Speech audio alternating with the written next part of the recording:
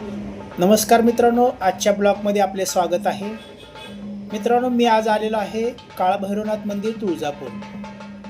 काळभैरवनाथ मंदिर हे तुळजापुरातील अति प्राचीन असून पुरातन आहे. हे बघा, आता आपण मंदिरामध्ये जात आहोत. मंदिर हे अगदी प्राचीन आहे, पुरातन आहे आणि आपण आतमध्ये जाऊन काळभैरवनाथाचं दर्शन घेऊयात.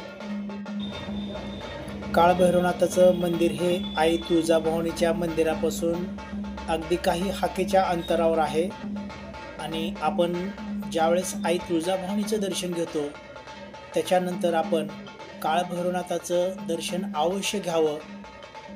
एकदम जवळच आहे, असं लांब नाही. आपण घाटशिळचे आपण गाडी पार्किंग करतो. गाडी पार्किंग करताना पार्किंगपासून जवळच काळभैरवनाथाचं मंदिर आहे. आपण जाऊन तिथं आपले सहकुटुंब दर्शन घेऊ शकता. आपण मंदिरामध्ये जाताना दर्शन घ्यायला ज्यावेळेस आपण जातो त्याच्या अगदी उजव्या साईडला तुम्ही बघू शकता श्री भवानी शंकराचं मंदिर आहे. तिथं भवानी शंकराचं देवस्थान आहे, तिथंही आपण आपलं दर्शन करू शकता.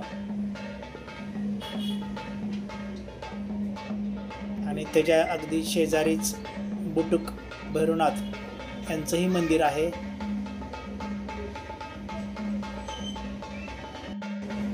मित्रांनो, इथलं दर्शन झाल्यानंतर आता आपण जाऊयात इकडे मठाकडे. मंदिराच्या पश्चिमेला श्री तुळजाभवानीच्या पश्चिमेला भारतीबुवाचा मठ आहे आणि आपण या मठाकडे जाऊयात. अगदी प्रशस्त आणि नयनरम्य, आपले मन अगदी प्रसन्न होईल असे भारतीबुवाचा मठ आहे. मंदिरात गेल्यानंतर बघू शकता तुम्ही साईडला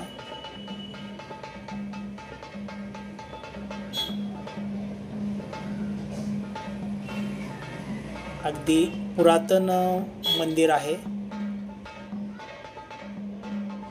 एकदम प्रशस्त आहे, मन आपलं एकदम शांत ठिकाण आहे आणि या ठिकाणी आपण अवश्य आवर्जून जावे. आई तुळजाभवानीचे दर्शन केल्यानंतर तुळजाभवानी मंदिराच्या पाठीमागे म्हणजेच पश्चिमेला भारतीबुवाचा मठ आहे. आपण तिथेही जाऊन सहकुटुंब जाऊन दर्शन घ्या. आपला तिथे तुम्ही वेळही करू शकता आणि विश्रांती आपण करू शकतो. इथे काशीकुंड आहे.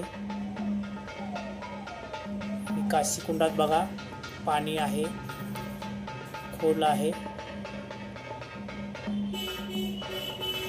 नयनरम्य असं मंदिर परिसर आहे. बघू शकता तुम्ही हिरवीगार झाडी वगैरे आहे.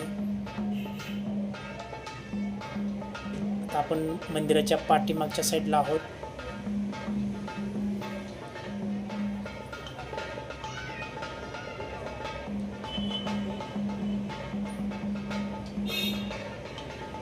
हा आहे भारतीबुवाचा मठ. इकडे बघू शकता तुम्ही अगदी पुरातन आहे. हे आहे भुयार. इथून भुयारातून मंदिराकडे जायचा रस्ता आहे.